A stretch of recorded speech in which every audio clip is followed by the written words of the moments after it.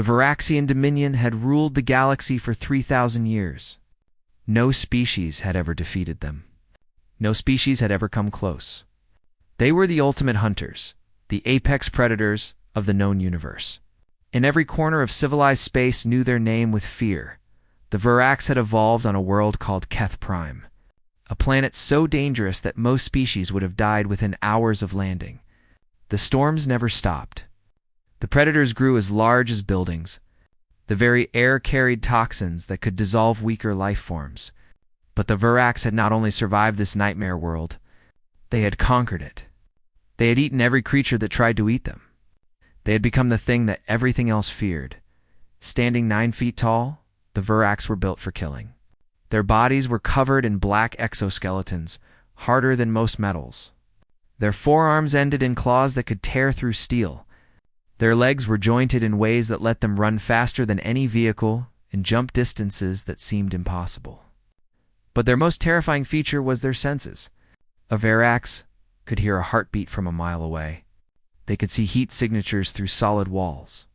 They could smell fear itself, tracking prey across continents by the chemicals their terror produced. When the Varax discovered faster-than-light travel, they did what they had always done. They hunted. They spread across the stars like a plague of claws and fangs. World after world fell to their hunting fleets. Some species surrendered immediately, hoping for mercy. There was no mercy. The Varax did not understand the concept. To them, the universe was divided into 2 categories: predators and prey. And everything that was not Varax was prey. The Galactic Council existed only because the Varax allowed it to exist. The council was made up of the surviving species, the ones who had proven useful enough to keep alive. They paid tribute to the Dominion in resources, in technology, and sometimes in their own people.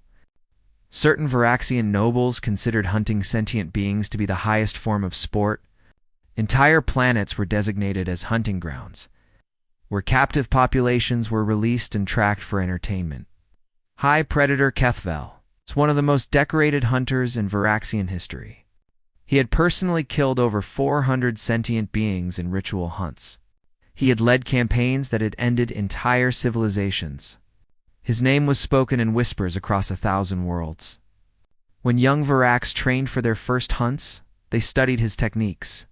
When conquered species prayed to whatever gods they believed in, they prayed to never meet him. Kethvel stood on the command deck of his flagship, the Eternal Fang. The ship was massive, a city-sized vessel bristling with weapons that could crack planets in half. Around it floated a fleet of 300 warships, each one carrying thousands of warriors eager for blood. They had just finished subjugating a species called the Malori. Gentle, 6-limbed creatures who had tried to hide in the clouds of their gas giant home. The hunt had lasted only 2 days. It had not been particularly satisfying. Kethvel was bored. He had hunted so many species that they all began to feel the same. They ran, they hid, they begged, they died. There was no challenge anymore, no thrill. He found himself wondering if he had already killed everything worth killing. A subordinate approached, moving with the careful submission that lower-ranked Varax always showed to their superiors. His name was Vernash, a young tactical officer who had shown promise in recent campaigns. "High Predator," Vernash said. Keeping his head lowered, our long-range sensors have detected something unusual. Kethvel's interest flickered slightly. "Explain." "System in the outer spiral arm. Our probes passed through it centuries ago and classified it as unremarkable. A single habitable world, early-stage life, nothing worth harvesting. But new readings show something different. The planet now shows signs of advanced development. Cities, industry, orbital structures." Kethvel turned from the viewing window. "A species that developed faster than projected?" "It appears so, High Predator.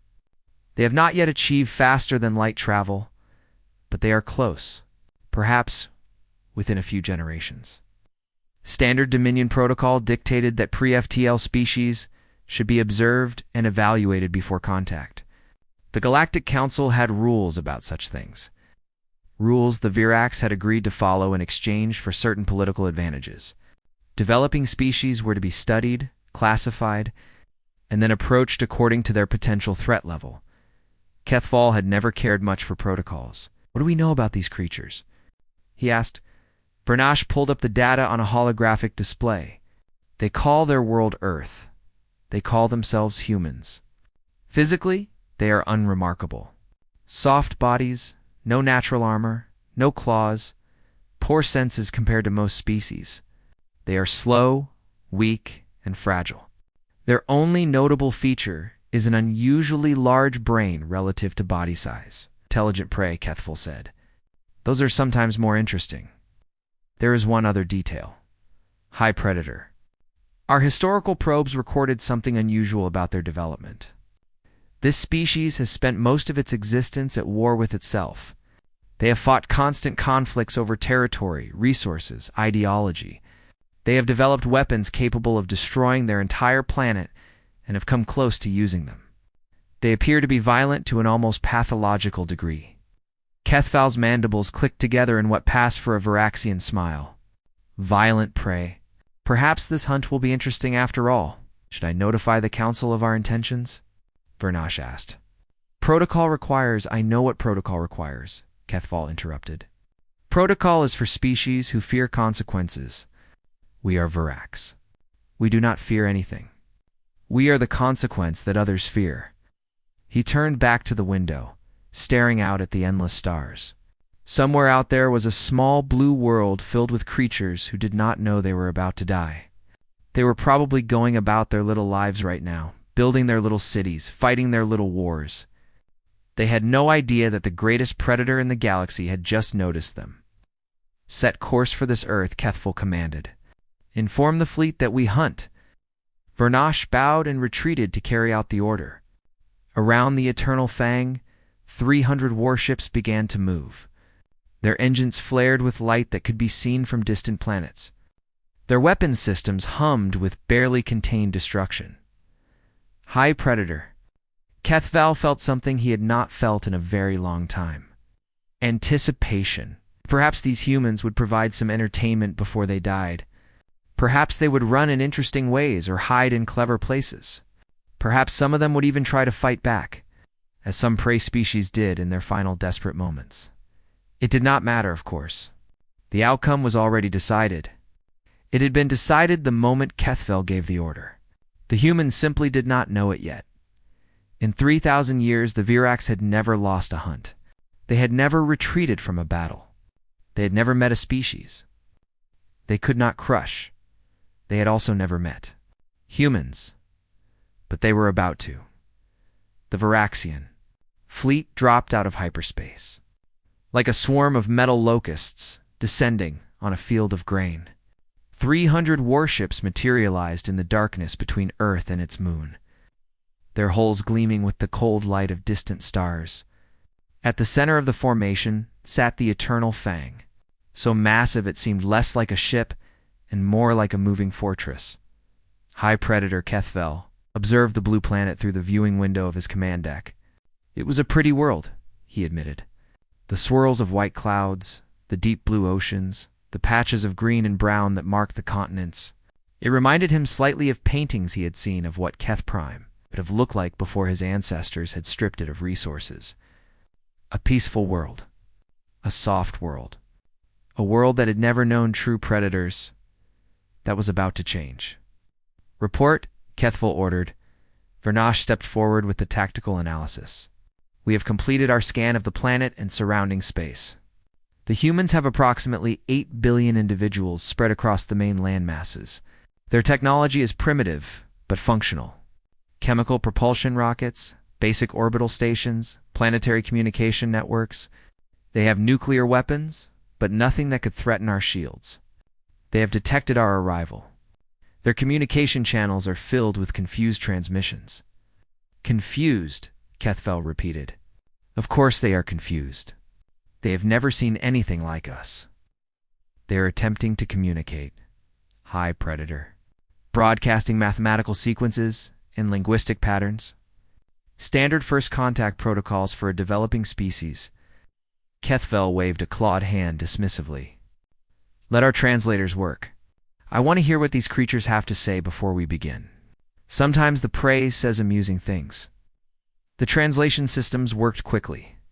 Within minutes, the confused jumble of human transmissions became clear words. The message was being sent from one of the larger orbital stations, a crude metal structure that would not survive even a glancing hit from Varaxian weapons. Unknown vessels. This is the United Earth Space Administration. You have entered Earth-controlled space. Please identify yourselves and state your intentions. We come in peace and hope to establish friendly relations. Several of the bridge officers made sounds of amusement. The concept of prey, hoping for friendly relations with predators, was inherently funny to the Varaxian mind. It was like a meat animal asking the butcher if they could be friends. Kethval decided to respond. He enjoyed this part, the moment when prey realized what was about to happen to them. The fear that entered their voices, the desperate pleas that always followed. It was almost as satisfying as the hunt itself. Creatures of Earth, he broadcast, his voice carrying across the void of space on frequencies the humans could receive. I am High Predator Kethval of the Varaxian Dominion. We have conquered 412 worlds. We have ended 17 sentient species. We have ruled this galaxy for 3,000 years. Your world now belongs to us. He paused, letting the words sink in. You will surrender immediately. Your leaders will present themselves to us. Your strongest warriors will be given the honor of dying in combat against Varaxian hunters. The rest of your population will be evaluated for usefulness. Those who are useful will serve. Those who are not will provide sport. This is not a negotiation. This is an announcement of your fate. He ended the transmission and waited. This was the moment he enjoyed most. The silence before the screaming began. The brief period when the prey processed what they had just heard and realized that their lives were over. The humans were silent for 6 minutes. Kethval imagined them panicking in their little stations, their little governments, their little homes. He imagined parents clutching children. He imagined leaders desperately trying to think of escape plans that did not exist. He imagined the beautiful chaos of a civilization, realizing it was about to. Then a response came through. The voice was different from the first transmission. It belonged to an older human, judging by the sound. There was no panic in it, no fear, no desperation. Just a calm, almost casual tone that Kethval found mildly irritating. Well, the voice said, "That is quite an introduction. We have received your message and reviewed your declaration. We understand that you have come here to hunt us. Is that correct?" Kethval frowned. This was not the expected response. "You understand correctly? See, that is unfortunate. We were hoping for something different. Our species has spent a long time looking at the stars and wondering if we were alone. We imagined many scenarios for first contact, peaceful exchange of knowledge, cultural dialogue, perhaps even trade. Hunting was not high on our list of expectations."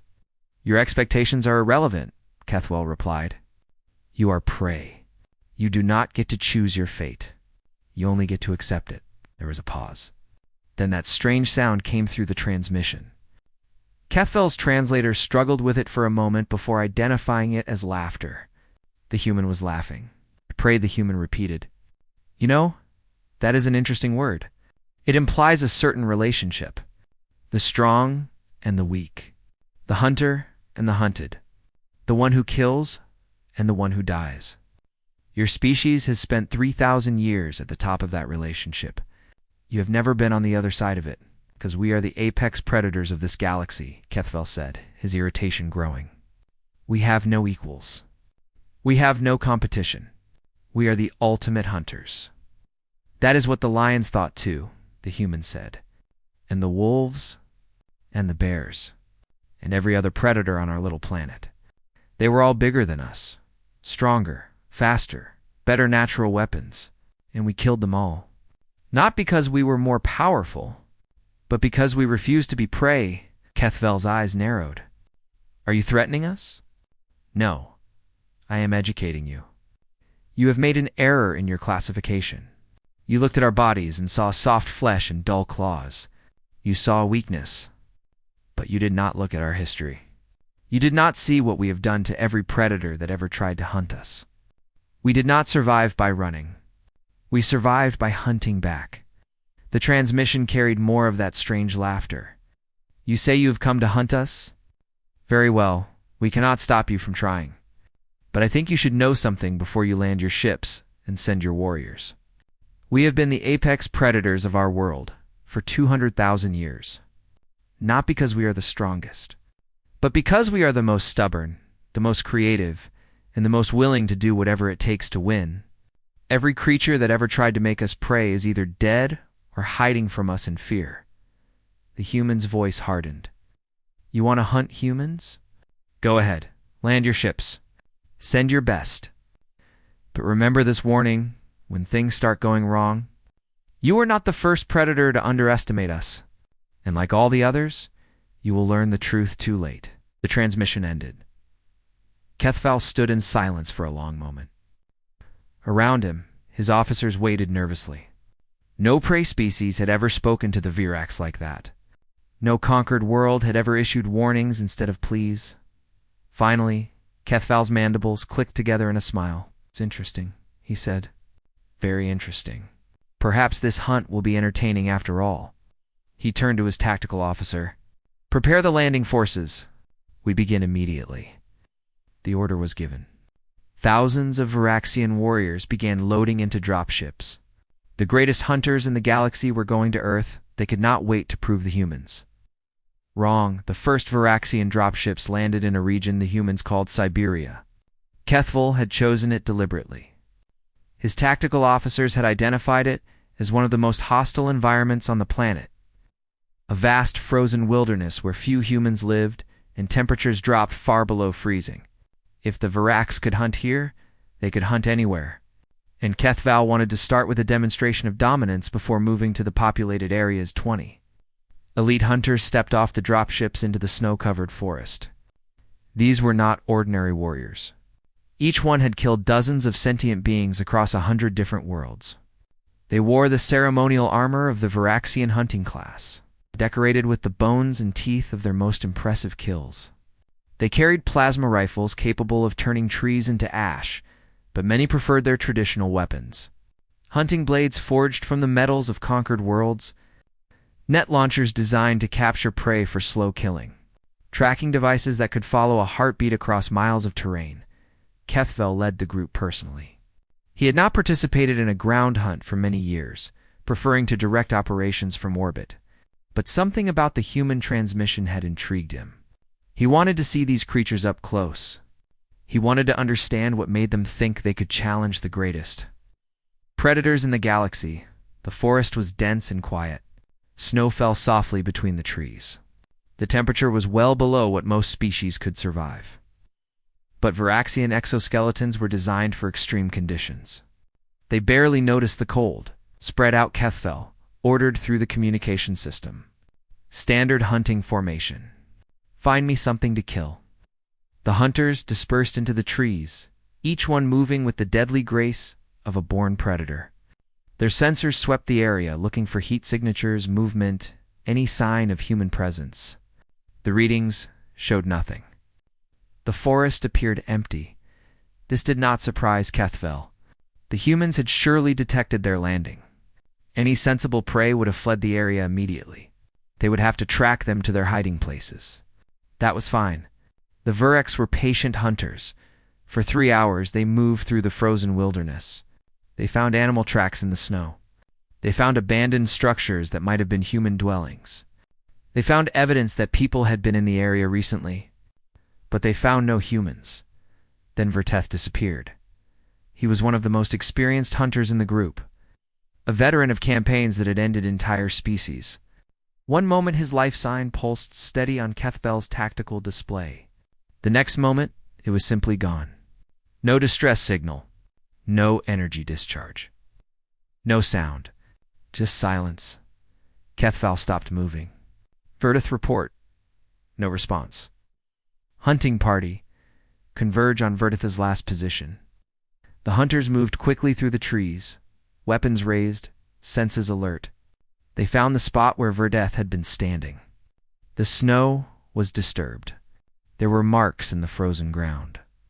And there was a thin wire stretched between two trees at about waist height for a Varax. Before Kethvel could process what he was seeing, two more hunters vanished. Their life signs simply stopped, one after another, in quick succession. No plasma fire. No explosion. Just nothing. What is happening?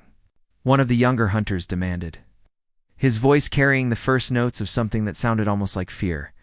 Kethvel did not answer. He was looking at his tactical display, watching as the sensor readings turned to static and spreading patches. Something was interfering with their equipment. Something was creating blind spots in their awareness. A plasma bolt flashed through the trees as one of the hunters fired at movement. The shot hit nothing but snow and wood.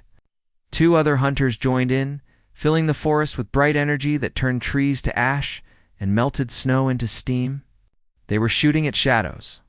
Then Kethvel heard it. That sound from the human transmission. Laughter. It was coming from somewhere in the trees, but the direction was impossible to determine.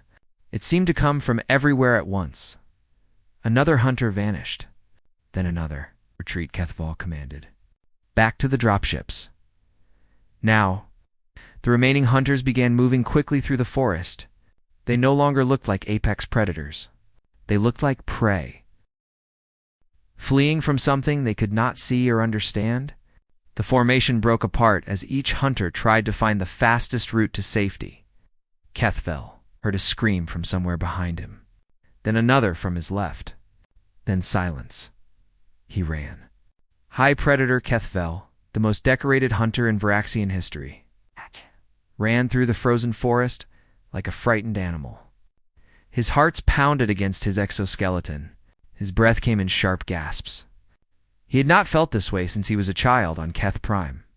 Fleeing from the massive predators that stalked the young, 11 hunters made it back to the dropships. 9 had simply disappeared, as the surviving group caught their breath and tried to understand what had happened. One of the hunters pointed toward the tree line. Hi, Predator. Look. Verdith's body hung from a tree branch. He had been suspended by a rope around his feet, hanging upside down like a piece of meat in a storage facility. His own hunting blade had been driven through his primary heart. His eyes stared sightlessly at the snow below. Carved into the tree bark beside him, in crude but readable Varaxian script, was a message. Welcome to Earth. We have been expecting you. Kethvel stared at the message for a long time. His mind struggled to accept what his eyes were telling him. 9 elite Varaxian hunters had been killed in the span of hours. They had been killed silently, efficiently, and completely without warning. They had been killed by creatures that his tactical reports described as slow, weak, and fragile, and the humans had left a message. They had left a message like they wanted the Varax to know that this was not an accident. This was not luck. This was a statement. Get the body down, Kethvel ordered, his voice carefully controlled despite the chaos in his mind. And someone tell me how this happened? No one had an answer. On the flight back to the Eternal Fang, Kethvel reviewed the sensor data from the hunt. Most of it was corrupted or incomplete, damaged by whatever the humans had used to blind their equipment. But he found fragments, brief glimpses of what had happened. The humans had been there the entire time. They had been watching the Varax from the moment they landed. They had let the hunters spread out and separate. Then they had struck, using the forest itself as a weapon. Traps hidden under the snow. Wires stretched at precise heights. Small explosive devices buried in the ground. And when the chaos started, human soldiers had emerged from positions so well hidden that Varaxian sensors had not detected them at all. They had not fought the Varax with superior technology or overwhelming numbers. They had fought with patience, preparation, and an understanding of hunting that Kethvel had to admit was impressive. No, not just impressive. Terrifying. This changes nothing, Kethvel announced to his officers when he returned to the flagship. These humans are clever. I will admit that. They laid traps and used the terrain to their advantage, but they are still just prey. They cannot defeat the full might of the Varaxian military. He gave the order for a full planetary invasion. 5,000 warriors. Heavy armor? Orbital support. They would burn every forest, flatten every city, turn this entire world to ash if necessary. The humans had won a small victory. Kethvel would make sure it was their last. But as he watched the landing forces prepare for deployment, he could not shake a feeling he had not experienced in centuries. A cold sensation in his gut that his people had a word for but rarely used. Doubt. The full. Varaxian invasion began 3 days after the disaster in Siberia. 5,000 warriors descended from orbit in massive landing craft that darkened the skies over Europe. Heavy armor rolled out of cargo bays, vehicles built to withstand planetary bombardment and crush anything in their path. Orbital cannons locked onto targets, ready to level entire cities at Kethval's command. This was not a hunt anymore. This was extermination. The first target was a city called Moscow. Intelligence suggested it was a major population center with significant military installations. Kethval expected standard urban warfare. His forces would advance. The humans would resist briefly with their primitive weapons. And then they would die or surrender. It was the same pattern the Varax had seen on hundreds of worlds. It did not go according to pattern. The Varaxian ground forces entered Moscow expecting to fight. Instead, they found an empty city. Buildings stood silent. Streets were abandoned. There were no defenders, no panicked civilians, no resistance of any kind. Just empty urban, canyons stretching in every direction. Then the buildings started to collapse. The humans had rigged their own city with explosives. They had wired entire blocks to detonate in sequence, bringing thousands of tons of concrete and steel crashing down onto advancing Varaxian formations. Warriors who had survived battles on a dozen worlds were buried alive under the rubble of human construction. Before the survivors could regroup, human soldiers appeared. They came from underground, bursting out of tunnels and sewer systems that Varaxian sensors had not mapped.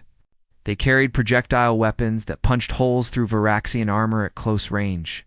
They threw bottles of burning liquid that stuck to exoskeletons and could not be extinguished.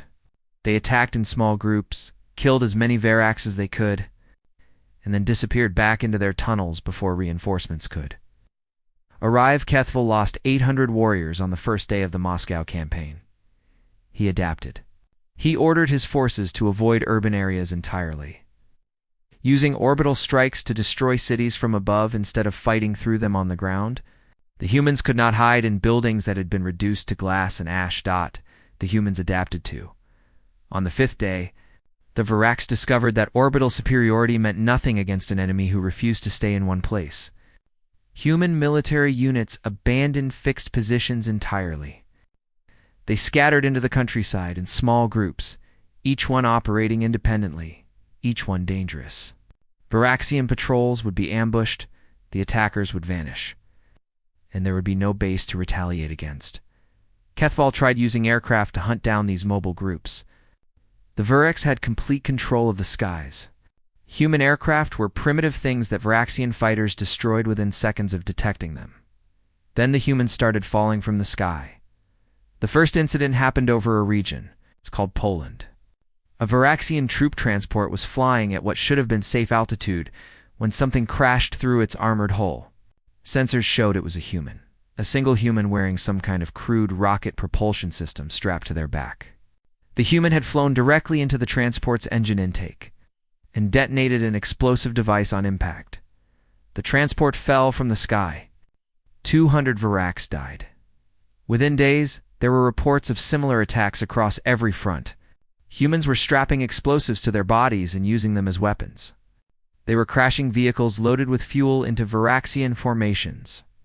They were walking into occupied areas with bombs hidden under their clothing and detonating themselves in crowds of warriors. They were using their own lives as ammunition. Kethval had seen suicide tactics before. Desperate species sometimes resorted to them in the final stages of a hopeless war. But this was different. The humans were not desperate. They were not fighting because they had no other choice. They were fighting because they wanted to. They were dying because they believed their deaths would hurt the Varax more than their lives would help their own people. On the 9th day, something happened that should have been impossible. A human spacecraft. tiny and practically invisible to sensors, appeared out of the asteroid belt. It had apparently been hiding there since before the invasion began, waiting for the right moment. It flew directly toward the Eternal Fang on a collision course, accelerating faster than any manned vehicle should have been able to accelerate. The flagship's defensive systems engaged. Plasma cannons tracked the incoming craft and fired. Several shots hit, damaging the small vessel but not destroying it. It kept coming. In the final seconds before impact, a transmission came through from the human pilot. Just one word: surprise. The craft struck the Eternal Fang's engine section and detonated a nuclear warhead. The flagship survived. Its shields and armor absorbed enough of the blast to prevent total destruction. But the damage was severe. 900 Virax died in the explosion and subsequent fires. The ship's faster-than-light drive was destroyed, trapping the fleet in the Earth system until repairs could be made. A single human in a tiny ship with a single weapon had crippled the most powerful warship in the Viraxian fleet. Kethfel stood on his damaged bridge and stared at the reports flooding in from across the planet. Casualty numbers climbed higher with each passing hour.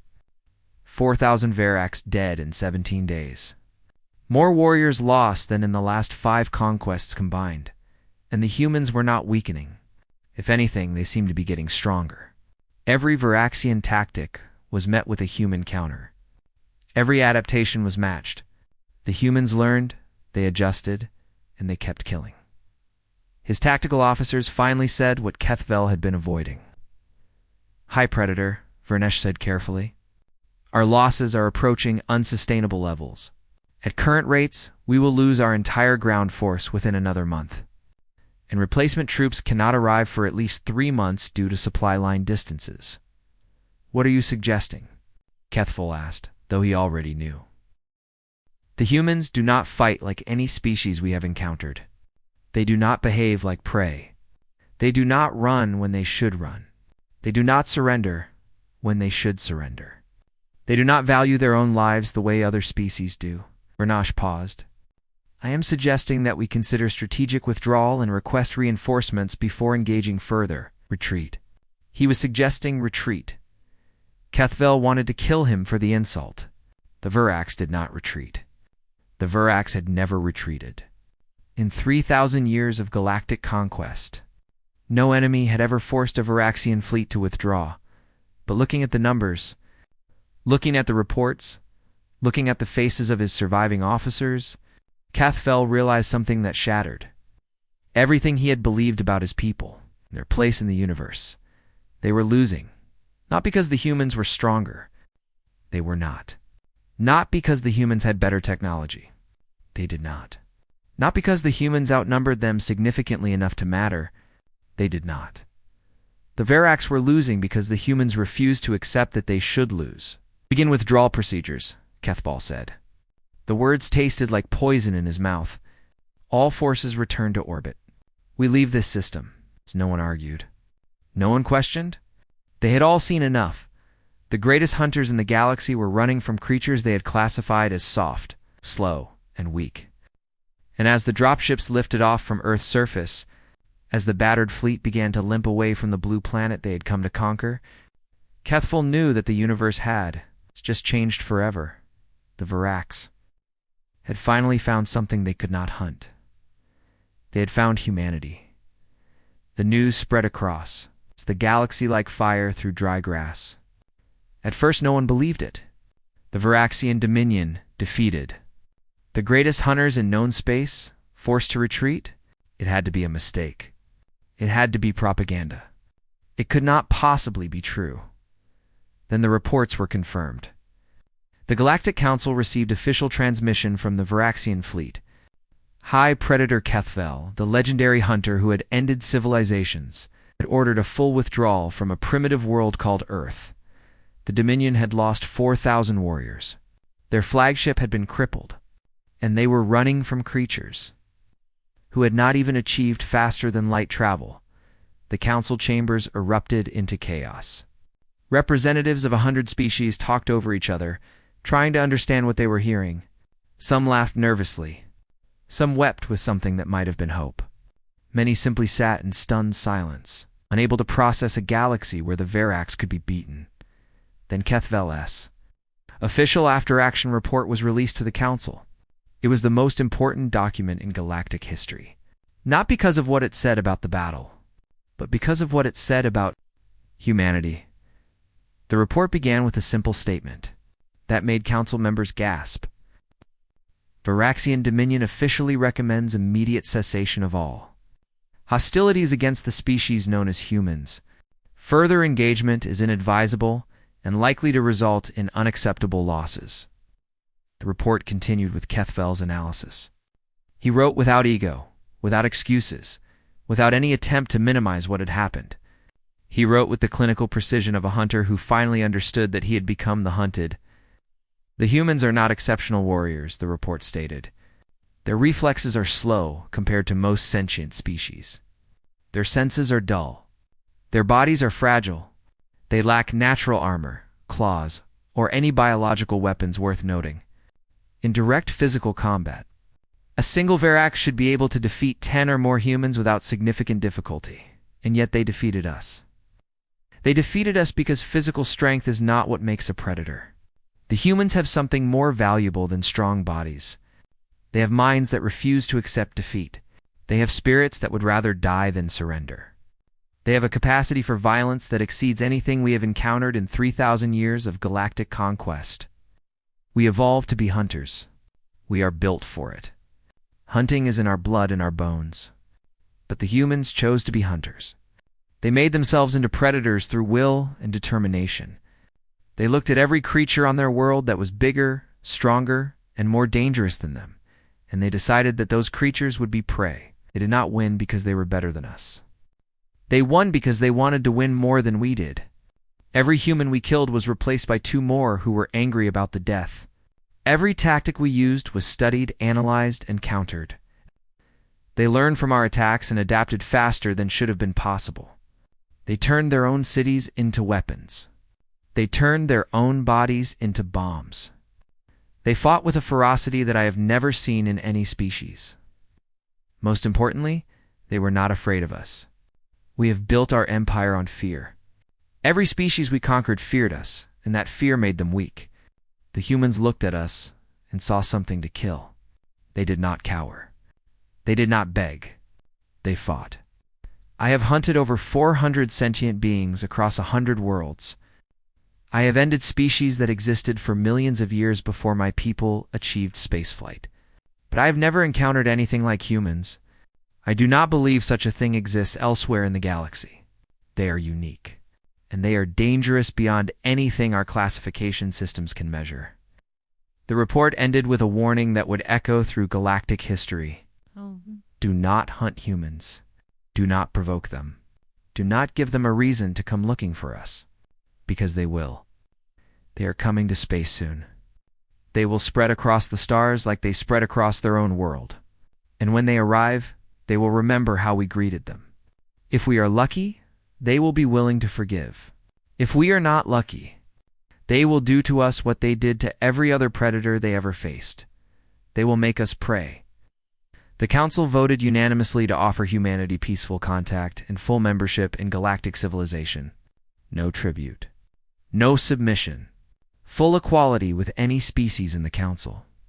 It was an offer that had never been made to a pre-FTL species before. It was also the only logical choice. 50 years later, first human faster-than-light ship emerged from hyperspace at the edge of Council territory. It was a small vessel, barely capable of carrying 100 passengers. But it was watched by every sensor in the sector. Every species in the galaxy wanted to see what these legendary creatures looked like. The human ambassador who stepped off the ship was not impressive by physical standards. She was small, soft-skinned, with none of the natural weapons that most sentient species possessed. She smiled at the gathered representatives and spoke words that had been carefully prepared. We come in peace. We hope to be friends. No one doubted her sincerity. But no one forgot what her people were capable of either. Within a decade, humanity had established colonies on 12 worlds. Within 50 years, they were one of the major powers in the galactic community. They brought new technologies, new art, new ideas, They were curious about everything and afraid of nothing. They made friends with species the Verax had terrorized for centuries. They built alliances. They traded. They explored, and they remembered. The Veraxian Dominion did not survive long after the Earth campaign. News of their defeat spread to every world they had conquered. Species that had been brutally oppressed for generations suddenly realized that their masters were not invincible. Rebellions broke out across Dominion space. Worlds that had paid tribute for centuries stopped paying. Hunting grounds were liberated by their own populations. The Verax tried to crush these rebellions, but their military was weakened and their reputation was shattered. Each victory required more resources. Each loss inspired more resistance. Within a century, the Dominion had fractured into isolated systems, shadows of what they had once been. Kethfell did not live to see the final collapse. He died on Keth Prime, old and tired, having spent his remaining years writing analyses of what had gone wrong. His final document was a simple note found beside his body.